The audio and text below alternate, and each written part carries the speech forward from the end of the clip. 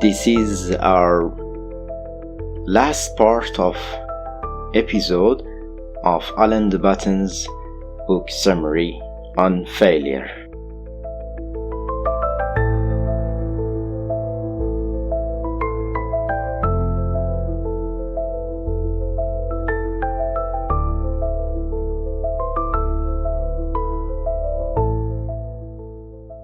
Hello and welcome to this episode of Failure Chronicles.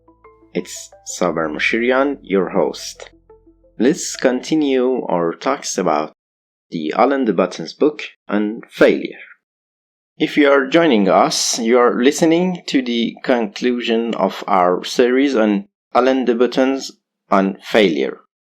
In our last episodes, we started discussing his insights into the fear of failure and its deep psychological roots, often tracing back to our earliest experiences. Today, we are diving even deeper into what causes these anxieties and how we can find peace. Mr. de Botton talked about reasons and suggests for our fear of imaginary failures, and said how is connected to our self-perceptions or self-loathing. You have probably seen many skeptical people around you, those who cannot sit still, constantly searching for something to ruin their good mood. For example, if their partner goes out with friends for an evening, they immediately suspect betrayal. Or if they are on a fantastic vacation, instead of enjoying it, they're constantly worried that colleagues might be undermining them at work, or that a sibling is plotting against them at home, and so on. Mr. de Botton says that one reason for such anxieties is a feeling of self-dislike. We do not believe we deserve peace, joy, or a healthy romantic relationship. But our brain, instead of directly telling us about this feeling, responds with these anxieties and blames others. Here, Mr. de Botton asks us to dig deep into our fears of failure.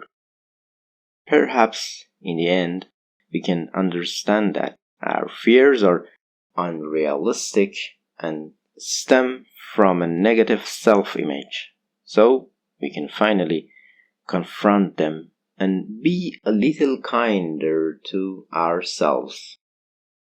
Mr. de Botton also points to catastrophic past experiences or trauma as another root of our irrational fears. He provides a few examples. A soldier in a war-torn country sleeping at home suddenly hears a siren followed by a massive explosion that kills his entire family. This soldier, without a chance to process the event, has to return to war, and the trauma stays with him. Or a little girl whose math grade is low at a school, and her alcoholic father yells at her or beats her because of it. This child, unable to comprehend the situation, internalize that she is guilty and the cause of the chaos. Or, for example, a boy whose single mother fears relationships with men, leading the boy to believe that the heroes of his life, a woman, was afraid of men and intimacy. Consequently, when this boy grows up, he struggles to connect with women because he's internalized that women are afraid of him. So de Botton argues that when we do not properly confront and explore these problems and crises, which mostly happen in our childhood, when we lack the capacity to deal with them, we unconsciously develop a constant fear that those chaotic events will happen again for no reason. Our brain, unable to cope during the original crisis and severely distressed, tries desperately to prevent the recurrence of that crisis, making us fear everything.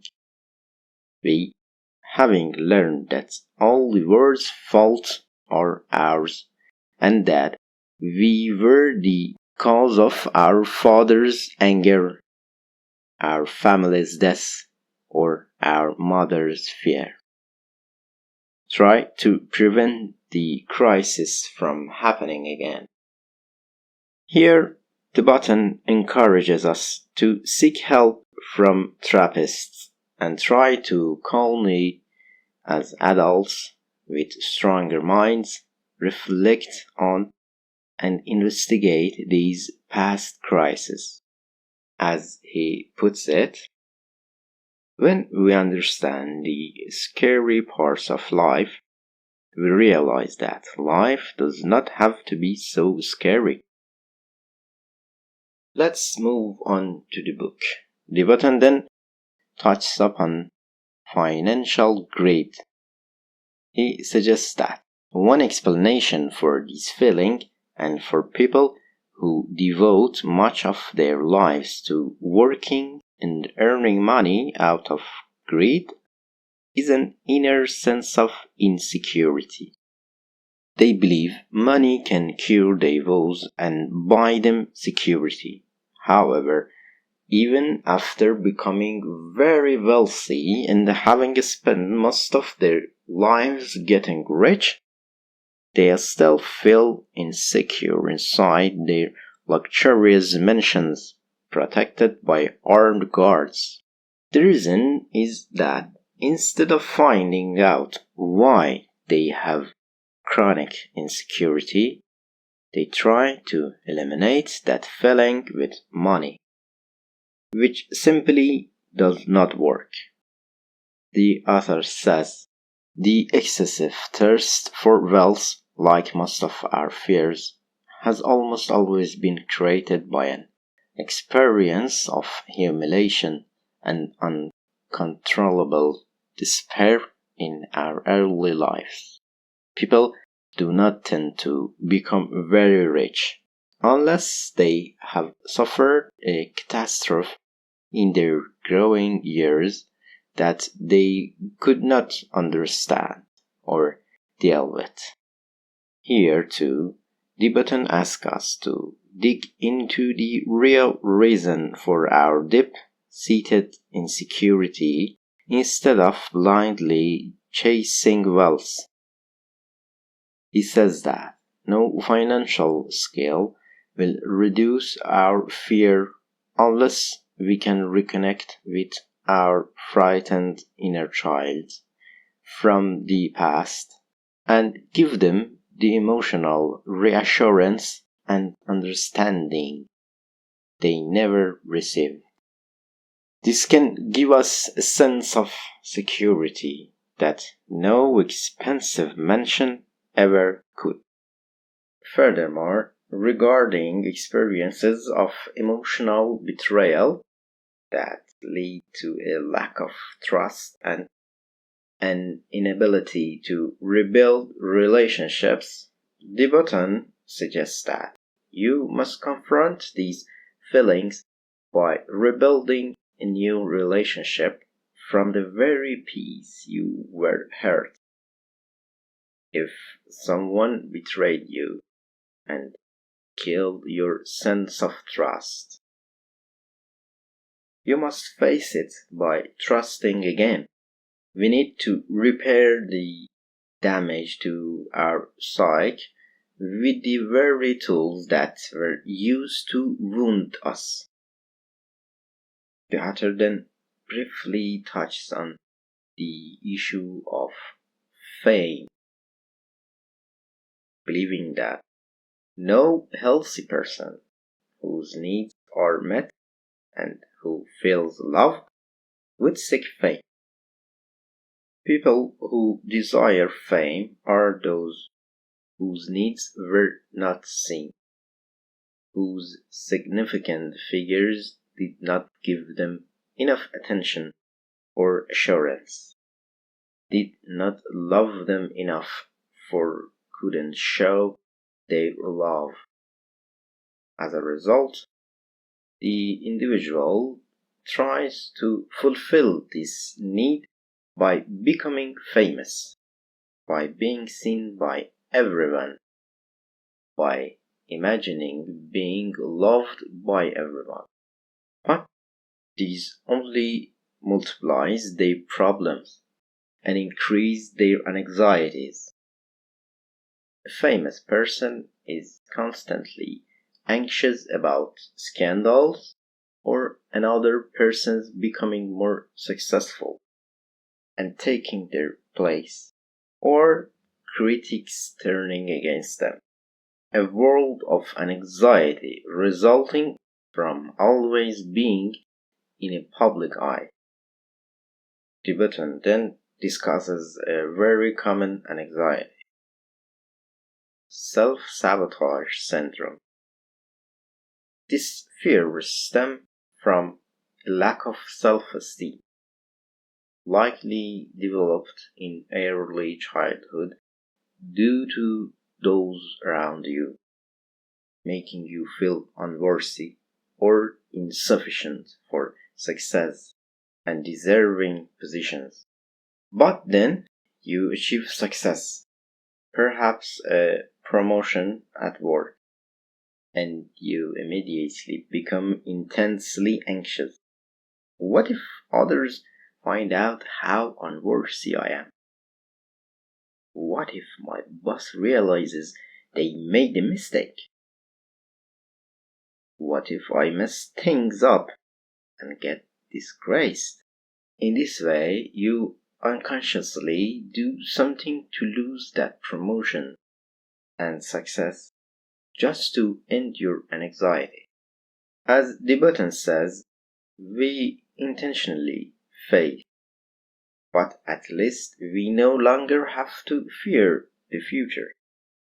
Here, de Botton offers a solution on that I believe is incredibly important in our chaotic world, and something we should always pay attention to. Let me read you this passage in his own words. De Botton says, "There are better, gentler ways to resolve the self-sabotage syndrome.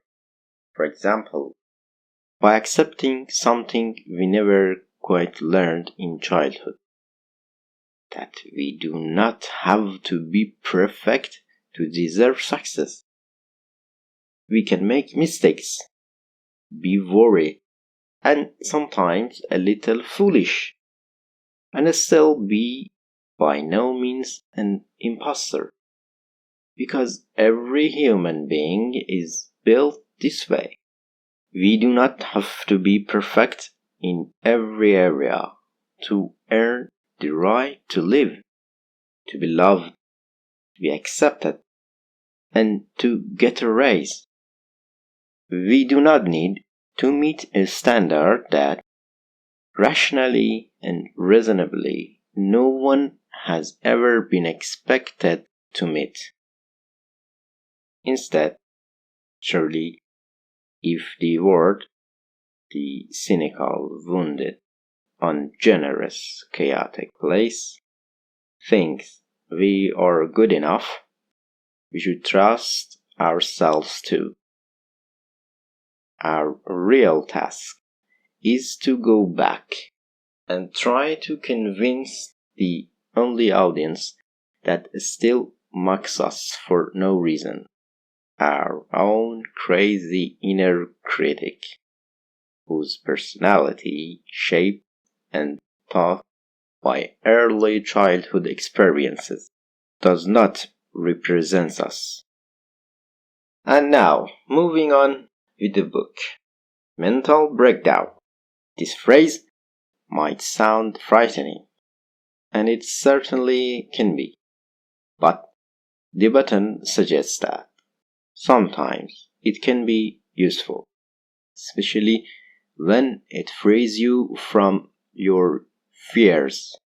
He reminds you of a situation where, for a lifetime, out of fear of being seen as unworthy or undesirable by others, you have submitted to their wishes and tries to succeed on a path you did not truly desire. You did not even want those successes, but you went along with it, fearing that you might appear unworthy or weak to those around you. However, after a lifetime of yielding to the demands of others and society, you might suddenly experience a mental breakdown. You might stay home, quit your hated job, and refuse to see your horrible boss again. You no longer fear poverty caused by resignation. Here you have become so sick of submitting to others' wishes.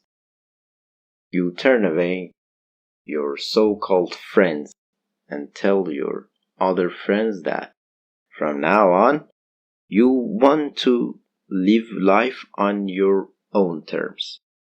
But they might tell you to see a psychiatrist and take medication. In this case, the mental breakdown is actually good for you. It frees you from your fears, especially the fear of failure. Sometimes, just let yourself fail. Don't be afraid of failure. Failure is not so bad.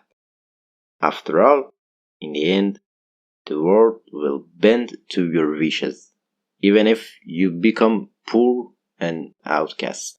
But you will be living your short life exactly as you want.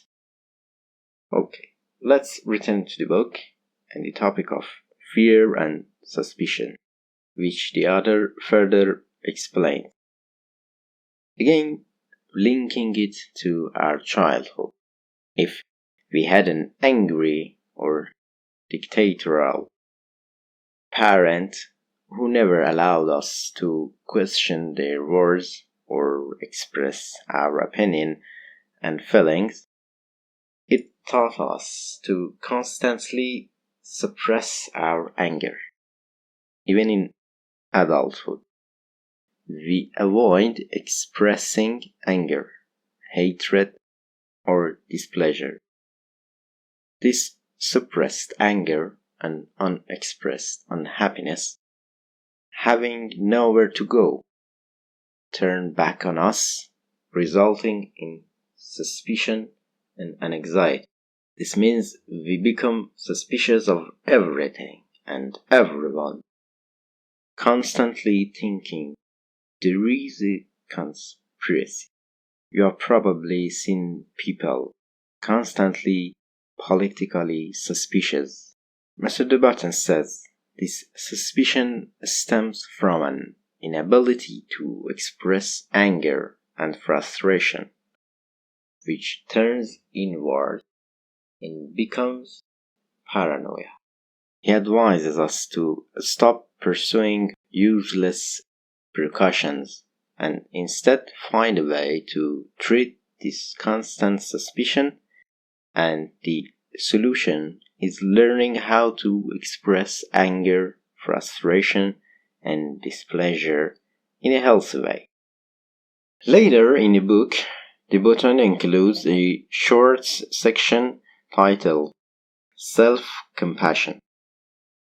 In this part, he tells us that the main reason for our fears is not objective, real events, but rather things that happen to us in childhood. We have many fears mainly because we were not loved or were mistreated in childhood. He asks us to take time aligned with ourselves.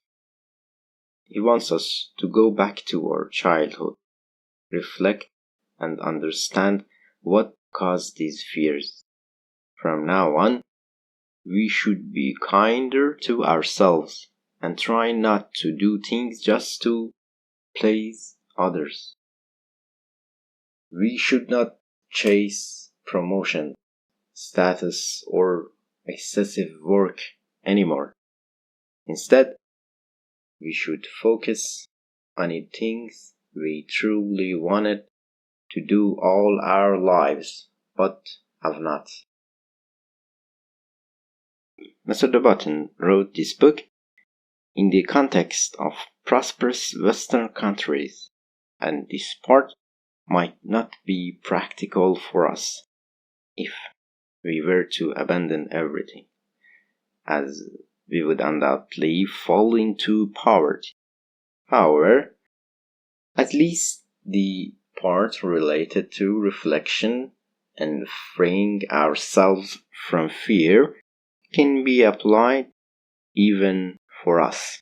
For this, he suggests several useful methods, some of which are applicable to us and can make us feel better, such as the first one, that is to step out of the life race and get some rest and sleep.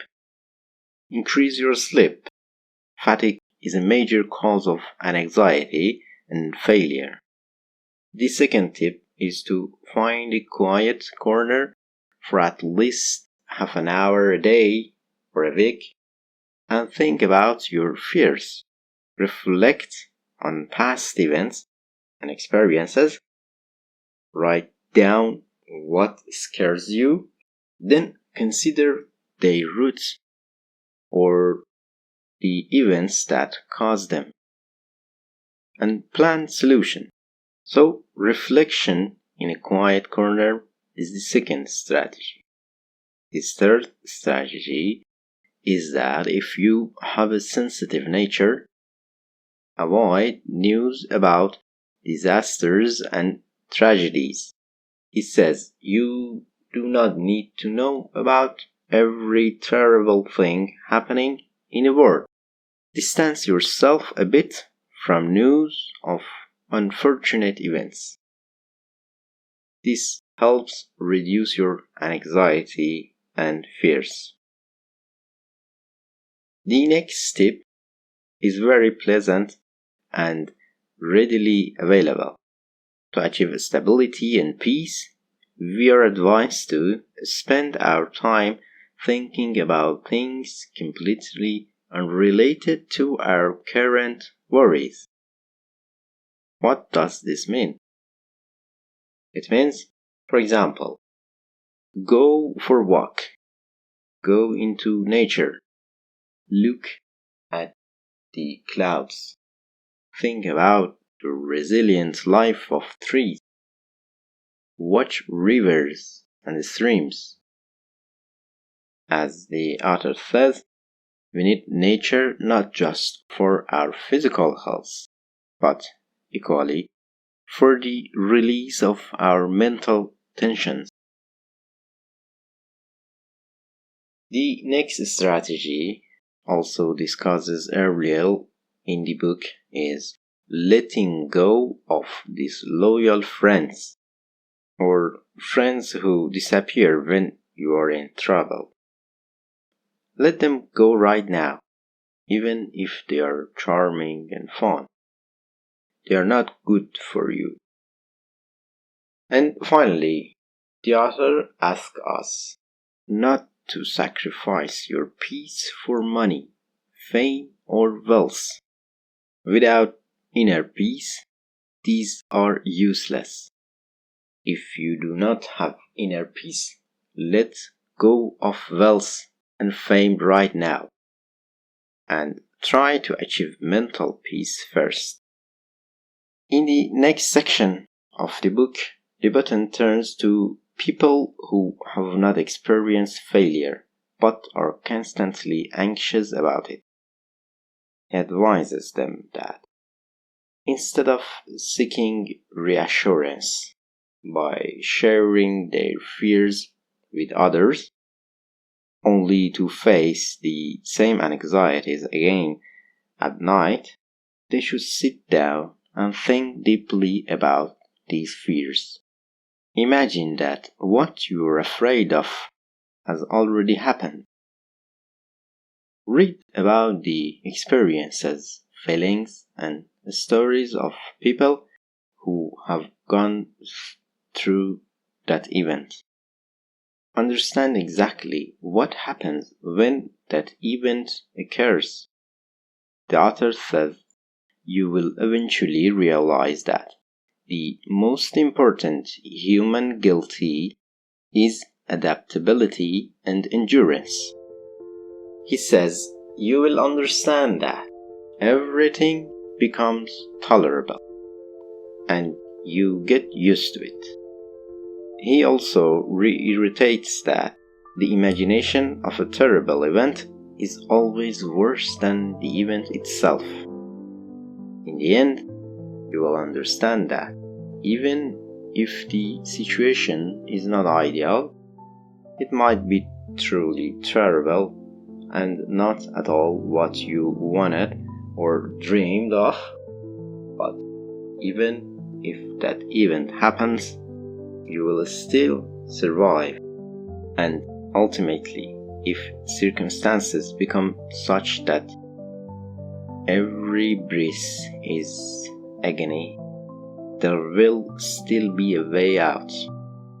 So, sit down and think about your fears and imagine exactly how you can survive after that fear comes true.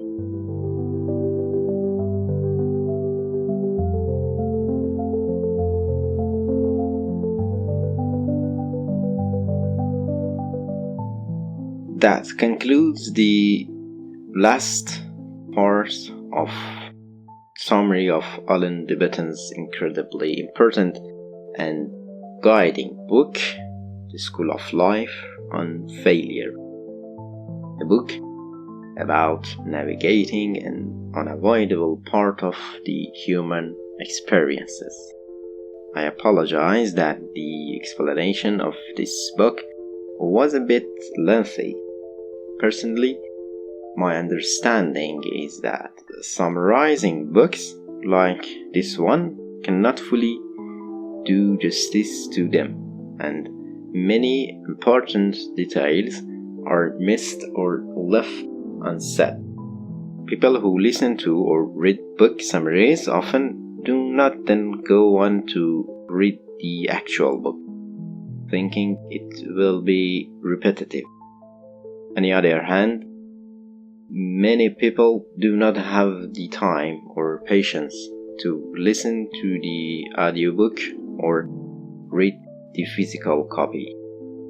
I try to create content that falls somewhere between a short summary and the full audio or written version, with a slightly more detailed explanation than typical book summaries, hoping that those who do not want to read the whole book will still grasp more of its insight.